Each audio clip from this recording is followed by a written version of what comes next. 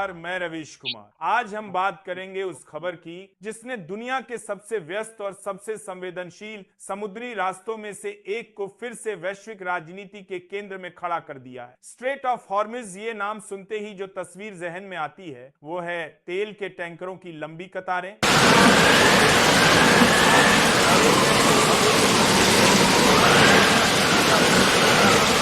हिस्सा गुजरता है। अब इस तस्वीर में एक और परत जुड़ गई है, ईरान के नेवी चीफ की मौत। और इस एक घटना ने कई सवाल खड़े कर दिए हैं जिनके जवाब आने वाले हफ्तों में तैयार करेंगे कि दुनिया की ऊर्जा सप्लाई किस दिशा में जाएगी। यह सिर्फ एक देश की आंतरिक घटना नहीं है, ये वह मोड़ है जहां से इतिहास अक्सर नई दिशा लेता है। खाड़ी क्षेत्र इस वक्त एक ऐसे दौर से गुजर रहा है जहां राजनयिक संतुलन बेहद नाजुक है। एक तरफ अमेरिका का दबाव है, दूसरी तरफ इजराइल की सामरिक सक्रियता है, और इन सब के बीच ईरान एक ऐसे भू राजनीतिक संकट में है जो अंदर से भी जटिल है और बाहर से भी। नेवी चीफ की मौत महज एक प्रशासनिक खबर नहीं है, ये उस संस्था के भविष्य का सवाल है जिसके पास हॉर्मुज जलद मरुमध्य को बंद करने की क्षमता है। यहाँ एक छोटी सी बात जरूरी है, अगर आप इस तरह के तथ्यात्मक और रिसर्च आधारित विश्लेषण को जरूरी मानते हैं तो वीडियो को लाइक जरूर कीजिए,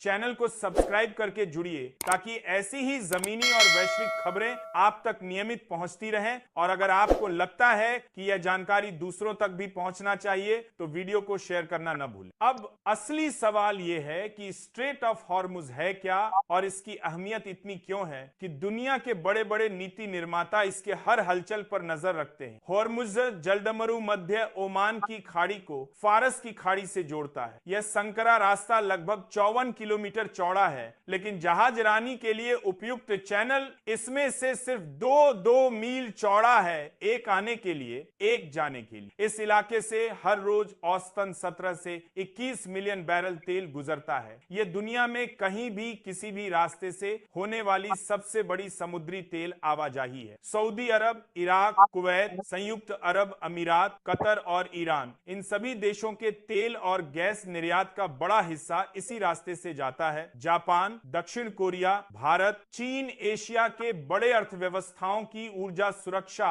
इस एक जलदम भूमध्य पर टिकी है। अब इसी संदर्भ में ईरान की नौसेना की भूमिका समझिए। ईरान इस जलदम भूमध्य का उत्तरी तट नियंत्रित करता है। उसके पास इस इलाके में नौसैनिक अड्डे हैं, तेज गश्ती नौकाओं का बड़ा बेड़ा है और उसकी Islamic revolutionary guard corps navy, जिसे IRGCN कहा जाता है, इस पूरे इलाके में सक्रिय है। ईरान की नीति यह रही है कि अगर उस पर किसी तरह का आर्थिक या सैनिक दबाव बनाया गया तो वह हॉर्मुज को बंद कर सकता है या उसे अस्थिर कर सकता है। यह धमकी कोई नई नहीं है, ईरान ने यह बात कई बार कई रूपों में कही है। लेकिन जब नौसेना का नेतृत्व अचानक बदल जाता है तो यह सवाल उठना स्वाभाविक है कि आगे की नीति क्या होगी। ईरान के नेवी चीफ की मौत का संदर्भ समझने के लिए थोड़ा पीछे जाना होगा। ईरान की सैन्य संरचना 2 स्तरों पर काम करती। एक है आर्टिश जो पारंपरिक सेना है, दूसरी है IRGC Islamic revolutionary guard corps जो 1979 की इस्लामिक क्रांति के बाद बनाई गई और जो सीधे सुप्रीम लीडर को रिपोर्ट करती है।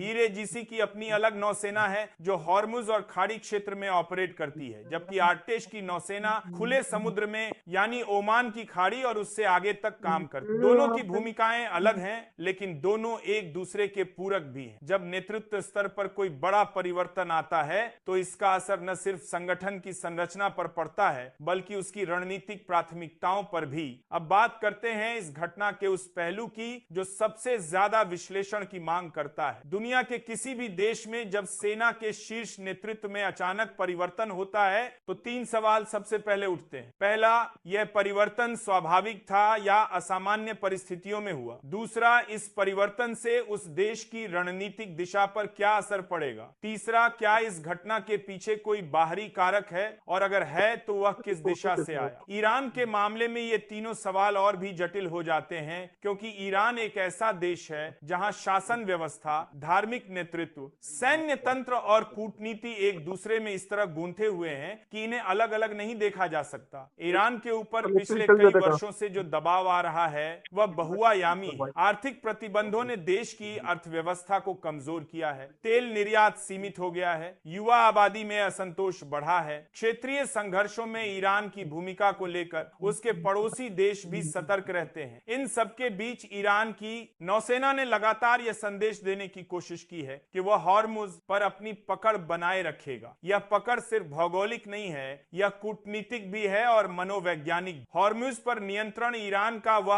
आखिरी पत्ता है जिसे वह तब तक खेलना नहीं चाहता जब तक स्थिति अत्यंत विकट न हो जाए, लेकिन उसे यह पत्ता दिखाते रहना जरूरी है। इस पूरे भू राजनीतिक समीकरण को समझने के लिए हमें थोड़ा और गहरे उतरना होगा। स्ट्रेट ऑफ हॉर्मुज सिर्फ एक जलमार्ग नहीं है, यह एक भू राजनीतिक उत्तोलन बिंदु है, यानी लीवरेज पॉइंट। जो भी इस पर नियंत्रण रखता है उसके पास या कोई राजनयिक टूटन हो तो उसका पहला असर तेल बाजार पर पड़ता है। तेल की कीमतें अनिश्चितता पर भी प्रतिक्रिया देती हैं, यानी वास्तविक घटना से पहले ही इसे रिस्क प्रीमियम कहते हैं। जब भू राजनीतिक तनाव बढ़ता है तो तेल की कीमत में एक अतिरिक्त प्रीमियम जुड़ जाती है जो उस खतरे को दर्शाती है। ये प्रीमियम कभी कभी $5 प्रति बैरल हो सकती है, कभी कभी $10, और अगर स्थिति सच में गंभीर हो जाए तो और भी अधिक। भारत के लिए जो हर साल करोड़ों डॉलर का तेल आयात करता है, ये हर डॉलर की वृद्धि बहुत भारी पड़ती है। हॉर्मुज की कहानी सिर्फ तेल की नहीं है, यह शक्ति की राजनीति की कहानी है। यह उस सवाल का जवाब है कि 21वीं सदी में कौन से देश अपनी शर्तों पर दुनिया से बात कर सकते हैं। ईरान के पास न परमाणु हथियार हैं, न अमेरिका जैसी पारंपरिक सैन्य शक्ति है,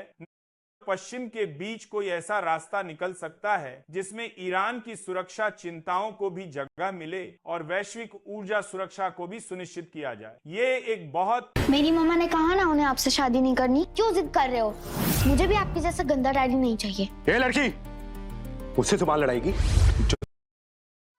एक बहुत कठिन काम है लेकिन असंभव नहीं, और यही वह काम है जो आज सबसे जरूरी है। लेकिन इस पूरी बहस में एक आयाम और है जिसे अक्सर नजरअंदाज किया जाता है, और वह है आम ईरानी नागरिक की जिंदगी।